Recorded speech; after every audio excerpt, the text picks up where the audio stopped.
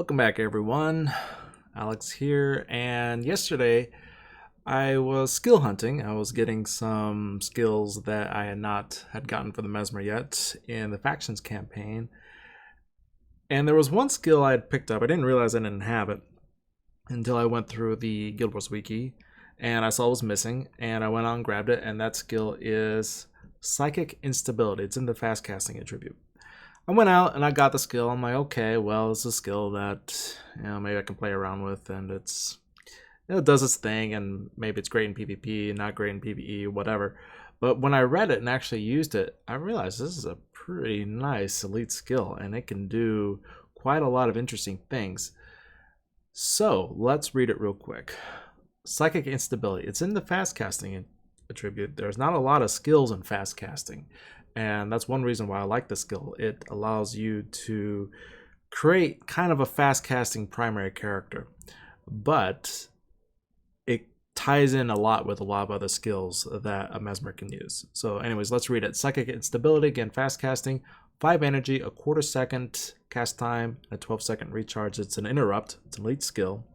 Interrupts the target foe's action. That action is a skill. That foe and all nearby foes are knocked down for 4 seconds. 50% failure chance with fast casting 4 or less. So it's not guaranteed. You actually have to pump up your fast casting a bit. And also it means that non-primary Mesmers cannot use this skill really at all, actually. I think even if you use golden eggs and things like that, I don't think you can bump up your primary attribute up high enough to make Psychic Instability available to non-primary Mesmers. I could be wrong. If I'm wrong, please let me know in the comments, but off the top of my head, that's one of the main reasons why you have this 4 or less type of requirement. Some skills in the Necromancer curse line follows the same methodology. It's really there to either make sure you invest into that skill line, and it's just not a cheap, okay, drop the skill and you get a lot of the benefits of that skill. So anyways, slight tangent there. So this is an interrupt skill, and it's a very good one.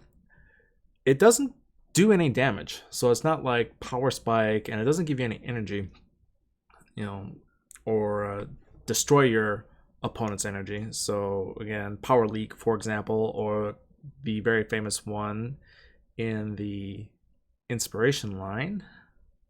Where is it? Power Drain. Power Drain is a great one. It refills your energy, and it's great for heroes because they can cast it instantaneously, and they always have a perfect cast rate. But this one does a very cool thing. So Psychic Instability does a very cool thing. It knocks down your opponent for quite a while. At fast casting 12, that's 4 seconds. That's pretty significant. That is a long time knockdown of your opponent. And when you do that, you can do several things. Namely, when you knock them down, you can follow up with a Wastrel's Worry and have a guaranteed activation of that skill. And also you can do Wastrel's Demise. You can put Wastrel's Demise on a target, and if you know that the next skill they're going to do, you can interrupt it. You can get the full effect of Wastrel's Demise as well, namely if you're going up against spellcasters. The other neat thing about Psychic Instability is it's not just that particular foe that gets knocked down. It's all nearby foes as well. So if you have an enemy group that likes to clump together, you can knock the whole group down for 4 seconds and then follow up with something like Wastrel's Demise, where the whole group is knocked down and they start taking damage. Also good for AoE elementalist skills. Another one is Chaos Storm that can do quite a bit of damage as well. So there's a lot of different ways that this skill can be quite useful, particularly in PvE. PvP, people don't tend to clump that much together because, again, they are more vulnerable to area of effect attacks and damage. But in PvE, this is a nice skill. But even in PvP, though, the knockdown itself is worth it. There's a PvP version of this skill.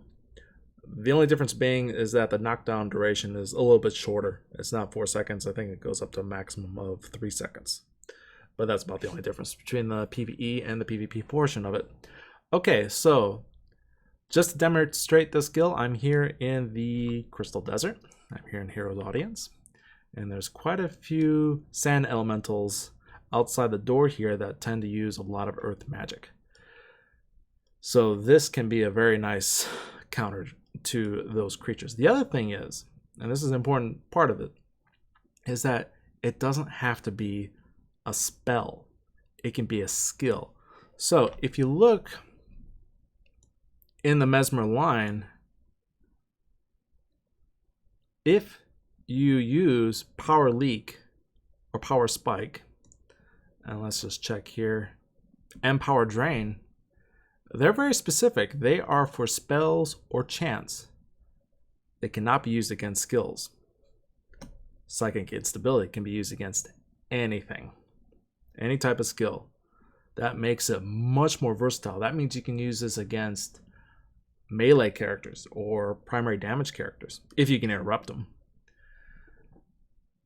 But if you can, and then particularly rangers and some other melee type of characters you can interrupt, then this becomes just as powerful against them as they are against casting professions. Okay? So, that being said, I got my group here, again, fairly standard, but let's just demonstrate this real quick, and you'll see what I mean. I'll head outside here. Again, I actually have both Wastrel skills turned on. I have my little AoE skill here with Chaos Storm. Of course, you can do a Elementalist secondary for this one, where you can bring in the skill of your choice from the Elementalist line. Again, because of the fast casting nature of Psychic Instability, it will really only be primary Mesmers that can use the skill. So if you want to have an AoE skill along with this, it's going to have to be from your secondary line. Okay, so let's do this.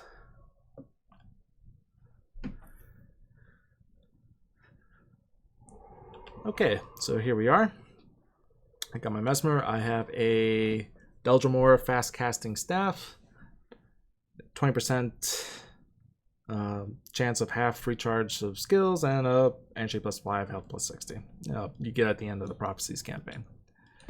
Alright, so let's do Earth Magic here, and we will do our thing. So we'll start off with a cactus up here, and here's one, or not. Cactus just disappeared. All right, well, that's one less problem to deal with. So let's go after the Sand Elemental. Okay, so now we can start. Boom. He's knocked down, and there's the trigger from Wastrel's Demise. Okay, now these guys are starting to clump up. I'm gonna wait for the next skill. Boom, hit that one.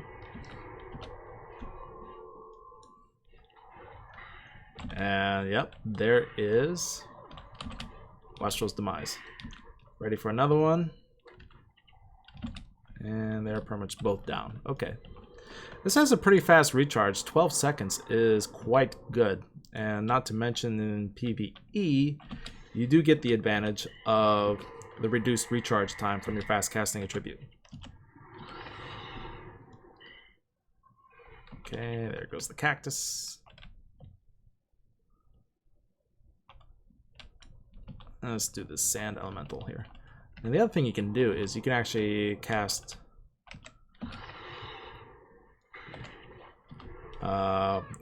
Wastrel's Demise and have it trigger. I get those two skills kind of screwed up because they sound the same, so I apologize if I do. But Wastrel's Demise, Wastrel's Worry, put together. And there's the numbers. Actually, I triggered that one a little bit early.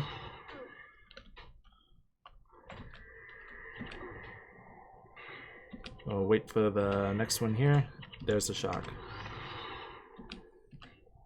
And the Chaos Storm.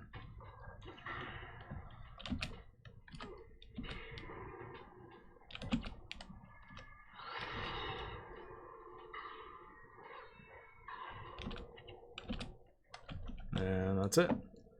Fortunately, I think Lena and Kayla went down there because there are a lot of aftershocks that these guys like to do here. Okay, here's another Sand Elemental group. because they like to aftershocks. They can crank out a lot of damage in a quick period of time.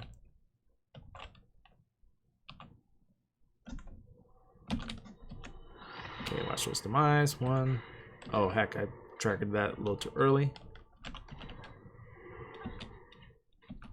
Okay, waiting for the next one. Bang. Hit all 3. There's the 84. Again, nice thing about Wastrel's Worry, it also hits adjacent foes.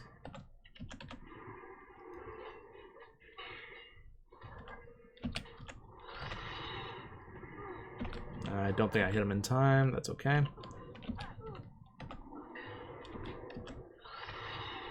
My timing's a little bad here.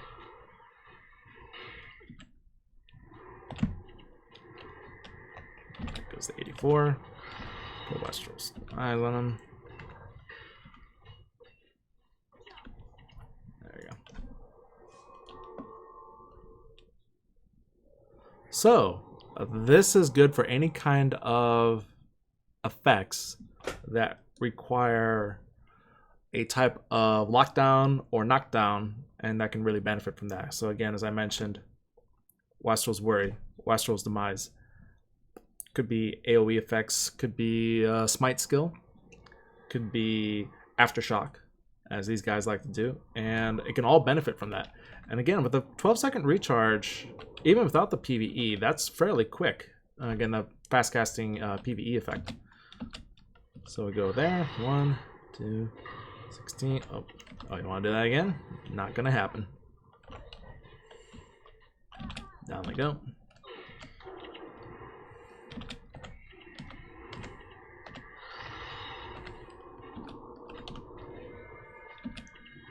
Let's use that empathy there. Waiting for the next one. Nope. And there we go. Okay, again, that's fairly it in a nutshell. It's not that complicated. It's got some great effects. You can pick this up in the Factions campaign right after the, I think, Waking Waters mission, where you take out the dragon. And it's a fairly nice skill. I have not tried this on heroes yet, but my thinking is for heroes, they'll just use it whenever, even when it's not ideal. So I do recommend using the skill for player characters that have good target judgment and can lock down targets and know how to follow up with these type of skills, Wastrel skills, Wastrel's Demise, things like that, that can really benefit from a knockdown condition. So anyways, that's Psychic Instability. I do like this skill. I'm going to use it quite a bit more with my Mesmer builds and play around with this. I think this is quite effective, particularly at a group knockdown. Just that by itself is worth the price of definitely think about putting this as a lead skill. Again, it's not a huge knockdown. It's not like Earthquake or Dragon Stomp or something like that, but it's pretty good, you know, for a group that tends to bunch up. So anyways, I'll leave it here. Let me know what you think, guys. If you like this video, you know, feel free to put a like to it. And if you like this, you know, you like the channel, feel free to subscribe to the channel, and I'll talk to you soon. Take care, guys. Peace out.